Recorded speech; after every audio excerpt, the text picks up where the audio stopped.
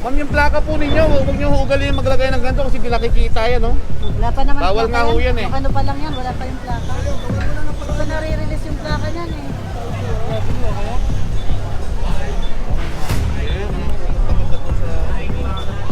Iusap sa inyo kukunin lang eh. Tsaka, nag-jet pa kanina pa. Sir, gulgul dyan siya ko, sir. Sige na sir. Wala Ikar- po kasi kami hanap buhay ito pagtitinda. Ikarga mo na rin yan. Ano bang ano yan? Kung walang problema sana, kung may lisensya, titikita na lang. Eh, wala kang maipakita sa amin. May lisensya po ako sa bahay lang, sir. Eh ngayon, wala. Wala ka lang sa bahay. Dapat ka sa iyo, nag-drive ka. Kung makitanggal naman, kasi bawal to, dadagdag ko sa violation nyo to. Ayan. Mamaya natanggalan, mawala. Yung proper display of plate yung ginagawa nyo eh. Ayan. Punta mo ka ng kuya ko eh, baka maano ko eh. Okay lang yan, kuya mo eh. Alam naman ng kuya mo yan na wala ka lisensya, di ba? Alam naman ng kuya mo na wala ka lisensya, pinagamit pa sa iyo yung motor. Nagtatakbuhan yung mga may-ari, mga rider. Tapos yan na po niya sa pantalyon, ibig sabihin, unattended yung sasakyan, titikitan po yan or pag walang driver na lumabas within 5 minutes, ito po ay ito pa isang E300. First time natin dito, makasama clearing operation dito.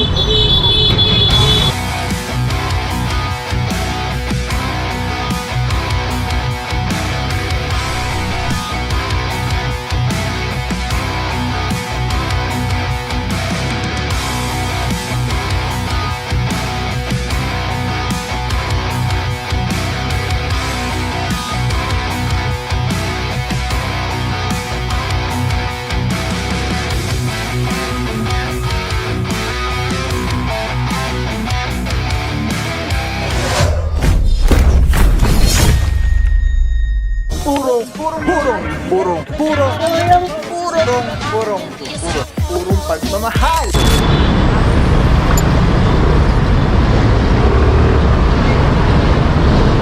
Alright mga puron, dito tayo sa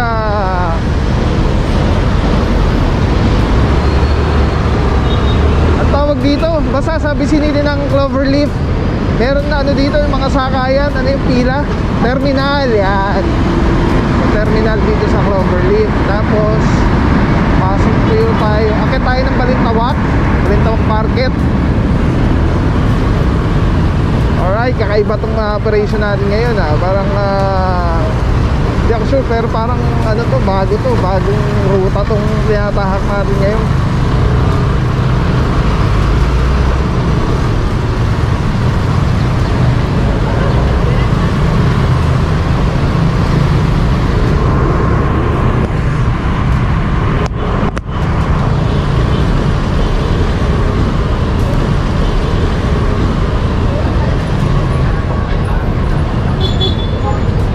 Ay, iba nga to mga kapuro eh. Ito, bababa ng ano, sa likod ng Balintawak, sa gitna.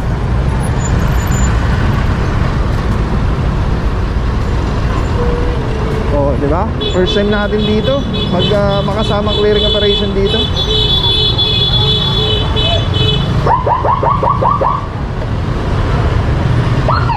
Usually, kini-clearing lang natin dito sa Balintawak, mga tricycle na koloro.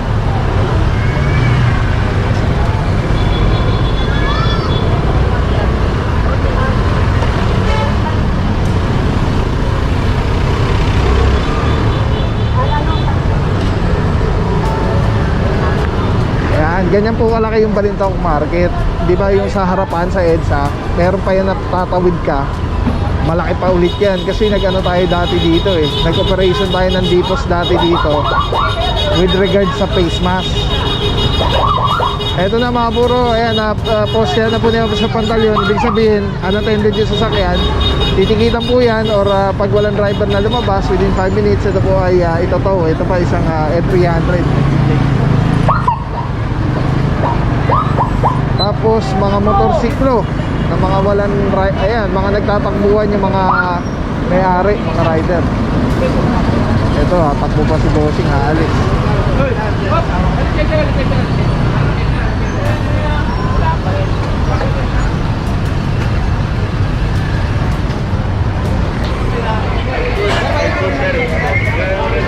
Ay mga puro motorsiklo dito.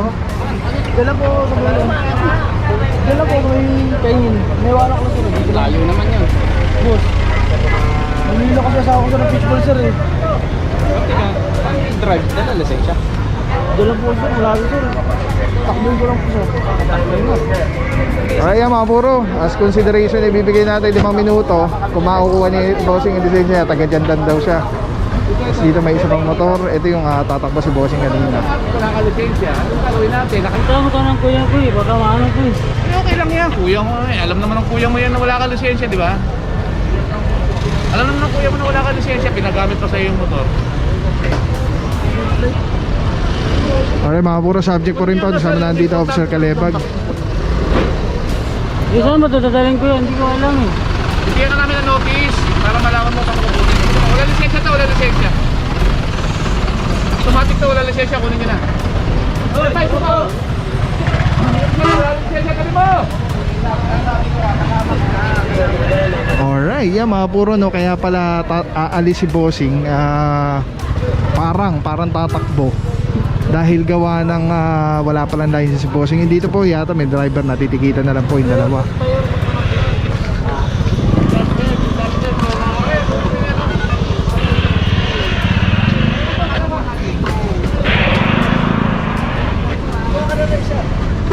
Dalawa. Ito, kunin mo muna isa. Hoy!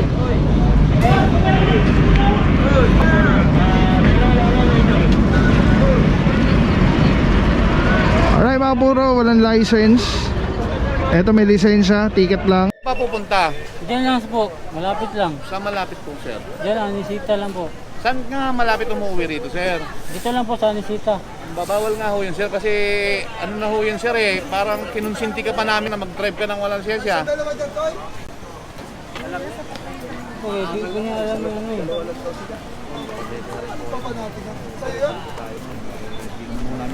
So kami nag-ooperate lang po kami. I-inform namin to kasi wala po siyang lisensya.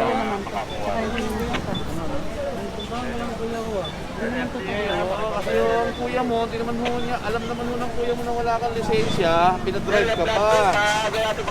Tama? May lisensya ka ba o wala? Oh, ba't pinadrive ka ng kuya mo? Alam ng kuya mo na wala kang lisensya. Ha? Alam ng kuya mo na wala kang lisensya. Ba't inutusan ka pa niya? Wala ka pala lisensya.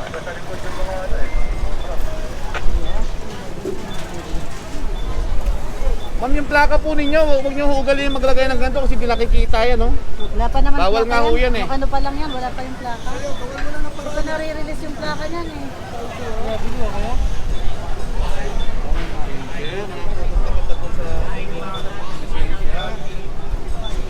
Mga puro, pinatatanggal ni Officer Calebag yung ano, yung may Paano kung mababasa yan, karang ma'am? dun sa Wala pa plata. naman yung Pwede plaka. mo makitanggal naman kasi bawal to, dadagdag ko sa violation nyo to. O ayan, mamaya natanggalan, mawala. Improper display of plate yung ginagawa nyo eh. O ayan, mamaya papatanggal ko, di man ako marunong magtanggal.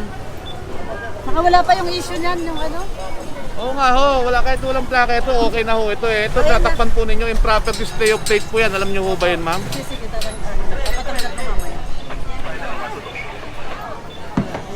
Alright, mga puro yan. Dito, ito wala talagang license si bossing. Kaya wala, ano po talaga ito. Tapos dito, wala rin yatang license. Hindi mo dinadala lisensya mo. Dumating ka man, walang problema sana. Kung may lisensya, titikita na lang. Wala ka rin makipakita sa amin. May lisensya po ako sa bahay lang siya. Ngayon, wala. Wala ka na sa bahay. Dapat ka sa'yo, nag-drive ka. Saan kukunin niya sa sakali? Marikina yan. Saan po ang bayad niya sa Hindi namin kabisado yung... Bibigyan kayo ng papel yan. May papel yan.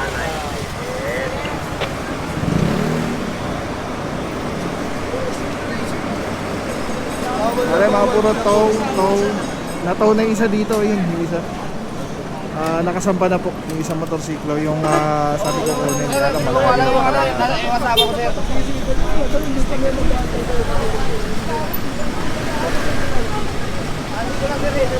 Hindi pa nga kami nandito, nakikiusap sa inyo, kukunin lang eh.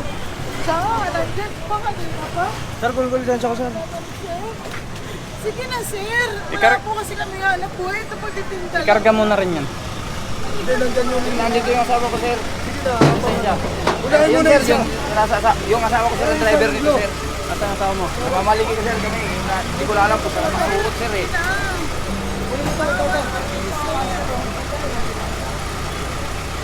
Hello. Hello. Alright, yan mga puro, wala tayong magawa ano dahil magiging selective po yung ating apprehension pagka merong parehong violation tapos hindi na implement sa iba sa kapareho niyang violation yung dapat niyang i-serve na violation. May nasampa na pala dito isang NMAX. Okay.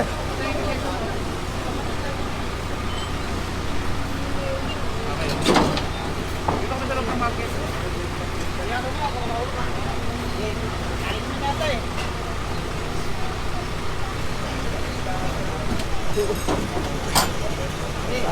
Bigyan mo na notice to para alam niya. Ganun na natin sana mo. Bigyan mo notice to, ha.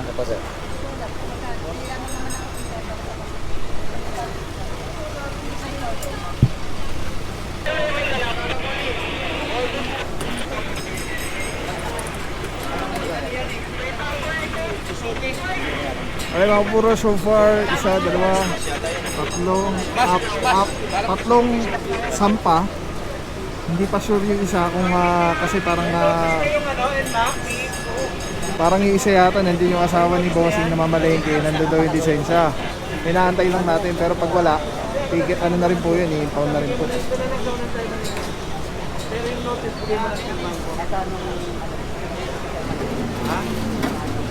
Ano bang ano yan? Tapos si Madam yung Aerox na improper display of plate. Kung hindi ako nagkakamali, as per sa Galeba, ticket lang, may license naman, at dumating naman yung driver within 5 minutes.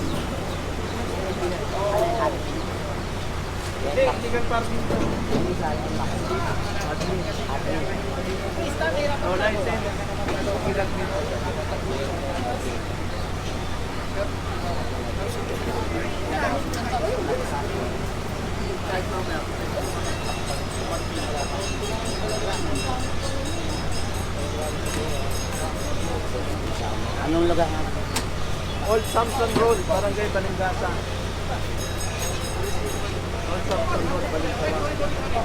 Old Samson Road, Balintawak pala. Officer Padre, good morning sir. MMDAC Nagwang. Saludo mga boss. Barangay Balingasa. Old Samson Road, Barangay Balingasa. Ay mga puro, nagkakahila na doon. Puntahan natin, silipin natin. Nataon na po yung dapat itaw dito. Natikita na lang yung may mga driver naman na may lisensya. Alright, let's go. Silip tayo doon mga puro. Mga puro, daan lang tayo, pasada lang tayo para makita natin lahat yung nangyayari. Pero eto, may nakita tayo. Meron namang parkingan sa loob ng motorsiklo, ay maluwag pa. So, ang sabi nila madam, parang saglit lang daw sila. Kaya lang, yun nga po, ang pagpapark po, dapat doon po tayo sa tamang parkingan magpapark.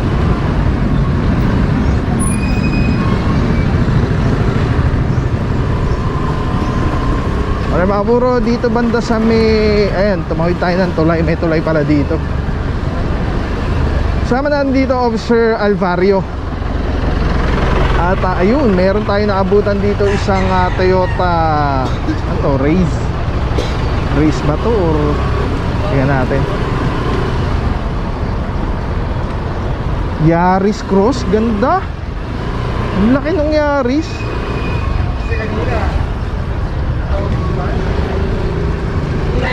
Ito mga puro pure gold na. Kabilang side po nito, EDSA. Ito yung tindahan ng mga pakwan. Hindi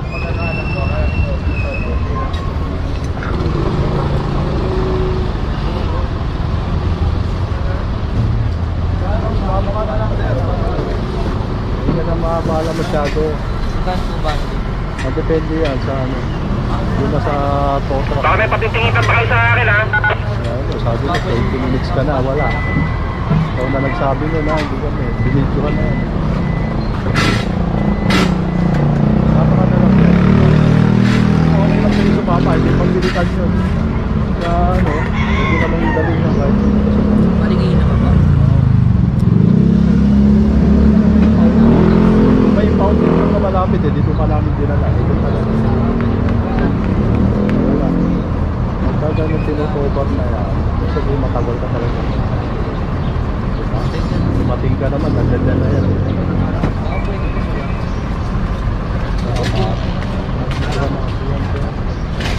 Ikaw naman, aminado ka, 20 minutes kang wala. 5 minutes lang ang binibigay sa inyo.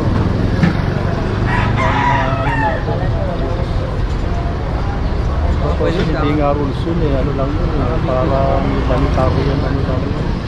Kaso wala ka pa rin, after 5 minutes. Di ba na lang? Oo nga, kasi nga yung orasa, no? Pero pagdating mo, di ba nandiyan ka na?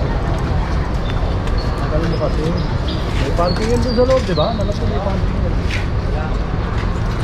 Yung kanino ka nagbabayad, sabi mo nagbabayad ka ng parking. May ibang tao dito. Hindi naman sila may-ari ng mga hindi nila parking area.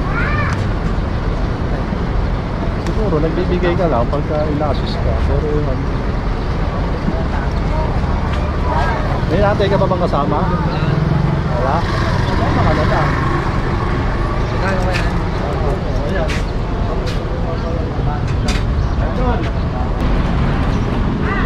Alright mga puro dito, late na dumating si Bossing. So 5 minutes lang po yung grace period na binibigay natin. Again, di po ito batas. Ano po ito, consideration lang po ito ng MMDA. So ito yung sa kanya, currently kinakama na. Sama na dito Officer Alvario, Officer Di Guzman, and Officer Formento ng MMDA Seated 1. At diretso po nito Tumana, Marikina, Officer Santa Cruz. Alright, yan yung dito banda sa bandang dulo pa. Pagdating doon nakikita natin wala nang mga naka-obstruct doon or naka-illegally parked vehicle. Balik po tayo para makita natin nangyayari doon sa mga motorsiklo. Let's go guys. So, walang papapaw. So, thank you so much sa wala sa akong support, tiwala. Wala akong masabi kundi thank you so much. Thank you sa Panginoon at ingat kayo palagi. Again, kung wala akong nagpapapaw. So, thank you so much. God bless you. Purong pagmamahal. Thank you so much. God bless.